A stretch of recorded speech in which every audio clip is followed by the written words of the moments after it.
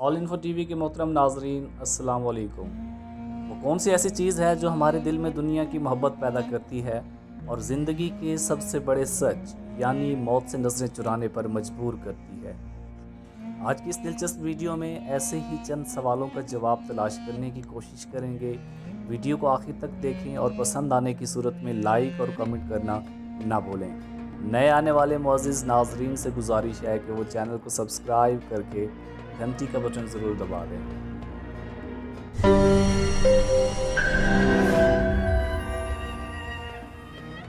बादशाह का मूड अच्छा था। वो नौजवान वज़ीर की तरफ मुड़ा और मुस्कुराकर पूछा, तुम्हारी ज़िंदगी की सबसे बड़ी ख्वाहिश क्या है? वज़ीर शर्मा गया, उसने मुंह नीचे कर लिया।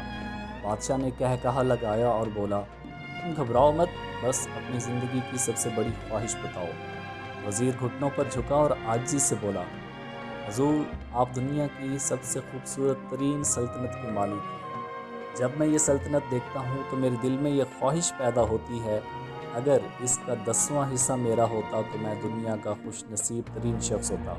वज़ीर खामोश हो गया। बादशाह ने कहकहा लगाया और बोला, मैं अगर तुम्हें आधी सल्तनत दे दूँ तो? वज़ीर ने घबराकर ऊपर देखा और आजिज़ी से बोला, बादशाह सलामत, ये कैसे मुमकिन है? मैं इतना खुशकिस्मत कैसे हो सकता हूँ? बादशाह ने फ़ौरन अहकामात लिखने का हुक्म दिया। बादशाह ने पहले हुक्म के ज़रिए अपनी आधी सल्तनत नौजवान वज़ीर के हवाले करने का फरमान जारी कर दिया। दूसरे हुक्म में बादशाह ने वज़ीर का सर कलम करने का ऑर्डर दे दिया। वज़ीर दोनों अहकामात पर हैरान रह गया। बादशाह ने अहकामात पर मोहर लगाई और वज़ीर की आंखों में आंखें डालकर बोला, तुम्हारे पास सिर्फ 30 दिन हैं। तुमने इन 30 दिनों में सिर्फ 3 सवालों के जवाब तलाश करने हैं।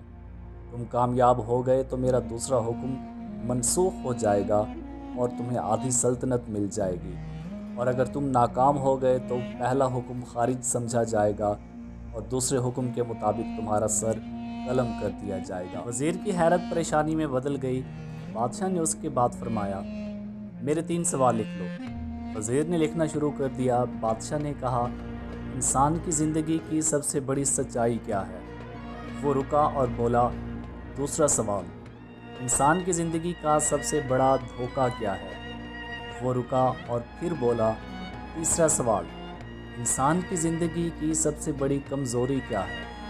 बादशाह ने उसके बाद नकारे पर चोट लगवाई और बाआवाज़ बुलंद फरमाया, तुम्हारा वक्त शुरू होता है। वज़ीर ने दोनों परवाने उठाए और दरबार से दौड़ लगा दी।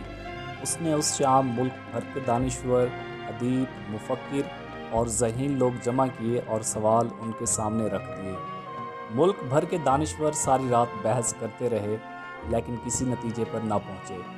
वज़ीर ने दूसरे दिन दानिश्वर बढ़ा दिए लेकिन नतीजा वही निकला। वो आने वाले दिनों में लोग बढ़ाता रहा मगर उसे कोई तसल्ली बख्श जवाब ना मिल सका, यहाँ तक कि वह मायूस होकर दारुल हुकूमत से बाहर निकल गया। वो सवाल उठाकर पूरे मुल्क में फिरा मगर उसे कोई तसल्ली बख्श जवाब ना मिल सका। वो मारा मारा फिरता रहा, शहर शहर, गांव गांव की खाक छानता रहा। शाही लिबास फट गया, पगड़ी ढीली होकर गर्दन में लटक गई, जूते फट गए और पाँव में छाले पड़ गए। यहाँ तक कि शर्त का आखिरी दिन आ गया। अगले दिन उसने दरबार में पेश होना था। वज़ीर को यकीन था ये उसकी ज़िंदगी का आखिरी दिन है। कल उसकी गर्दन काट दी जाएगी और जिस्म शहर के मरकज़ी पुल पर लटका दिया जाएगा। वो मायूसी के आलम में दारुल हुकूमत की कच्ची आबादी में पहुंच गया। आबादी के सिरे पर एक फ़कीर की झोंपड़ी थी। वो गिरता पड़ता उस कुटिया तक पहुंच गया। फ़कीर सूखी रोटी पानी में डुबोकर खा रहा था, साथ ही दूध का प्याला पड़ा था और फ़कीर का कुत्ता शड़ाप शड़ाप की आवाज़ों के साथ दूध पी रहा था।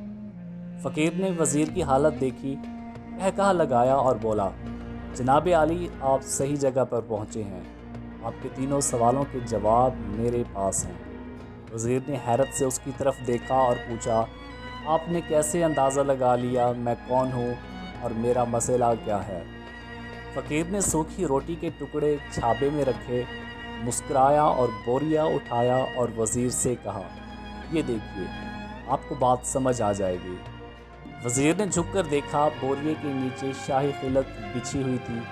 یہ وہ لباس تھا جو بادشاہ اپنے قریب ترین وزراء کو عنایت کرتا تھا۔ فقیر نے کہا، جناب عالی، میں بھی اس سلطنت کا وزیر ہوتا تھا، میں نے بھی ایک بار آپ کی طرح بادشاہ سے شرط لگانے کی غلطی کر لی تھی، نتیجہ آپ خود دیکھ لیجئے۔ فقیر نے اس کے بعد سوکھی روٹی کا ٹکڑا اٹھایا اور دوبارہ پانی میں ڈبو کر کھانے لگا۔ وزیر نے دکھی دل سے پوچھا، کیا آپ بھی جواب تلاش نہیں کر سکے تھے؟ فقیر نے کہکہا لگایا اور جواب دیا، میرا کیس آپ سے مختلف تھا، میں نے جواب ڈھونڈ لیے تھے، میں نے بادشاہ کو جواب بتائے، آدھی سلطنت کا پروانہ پھاڑا، بادشاہ کو سلام کیا اور اس کٹیا میں آ کر بیٹھ گیا۔ میں اور میرا کتا دونوں مطمئن زندگی گزار رہے ہیں۔ وزیر کی حیرت بڑھ گئی، لیکن یہ سابق وزیر کی حماقت کے تجزیے کا وقت نہیں تھا، جواب معلوم کرنے کی گھڑی تھی۔ چنانچہ وہ سائل بننے کی بجائے فریادی بن گیا اور اس نے فقیر سے پوچھا، کیا آپ مجھے سوالوں کے جواب دے سکتے ہیں؟ فقیر نے ہاں میں گردن ہلا کر جواب دیا، میں پہلے 2 سوالوں کا جواب مفت میں دوں گا، لیکن تیسرے جواب کے لیے تمہیں قیمت ادا کرنی پڑے گی۔ وزیر کے پاس شرط ماننے کے سوا چارہ نہیں تھا، اس نے فوراً ہاں میں گردن ہلا دی۔ فقیر بولا، دنیا کی سب سے بڑی سچائی موت ہے، انسان کوئی بھی ہو، کچھ بھی ہو، وہ اس سچائی سے نہیں بچ سکتا۔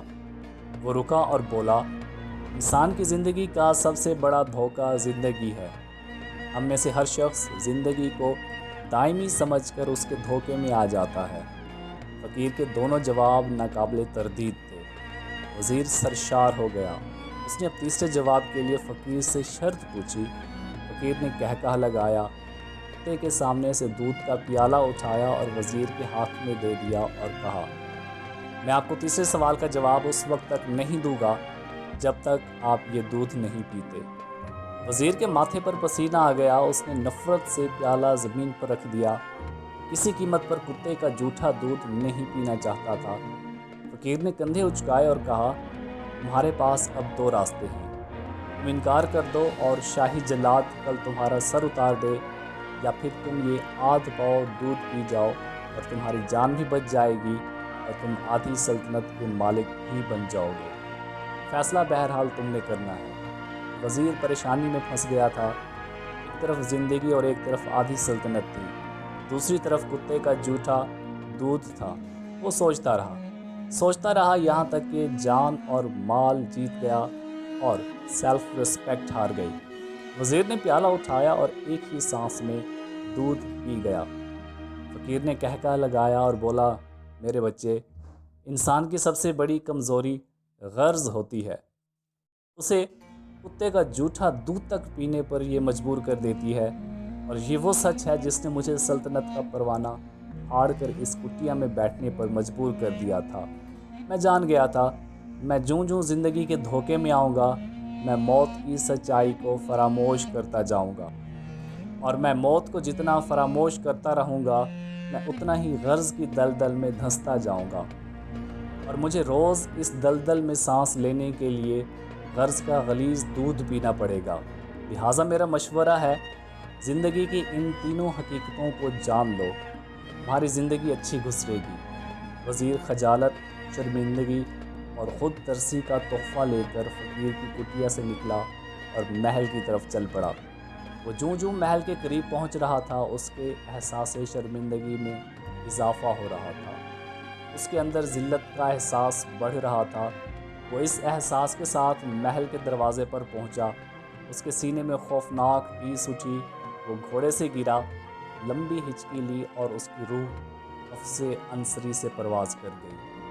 ہمیں بھی کسی دن کسی ٹھنڈی جگہ پر بیٹھ کر زندگی کے ان بنیادی سوالوں پر ضرور غور کرنا چاہیے۔ ہمیں یہ سوچنا چاہیے، ہم لوگ کہیں زندگی کے دھوکے میں آ کر غرض کے پیچھے تو نہیں بھاگ رہے، ہم لوگ کہیں موت کو فراموش تو نہیں کر بیٹھے، ہم کہیں اس کہانی کے وزیر تو نہیں بن گئے۔ مجھے یقین ہے ہم لوگوں نے جس دن یہ سوچ لیا، اس دن ہم غرض کے ان غلیظ پیالوں سے بالا تر ہو جائیں گے۔ محترم ناظرین، ویڈیو آپ کو کیسی لگی کمنٹ سیکشن میں ضرور بتائیے گا۔ بہت جلد ایک نئی دلچسپ ویڈیو کے ساتھ حاضر ہوں گے۔ اپنا خیال رکھیے گا۔ اللہ نگہبان۔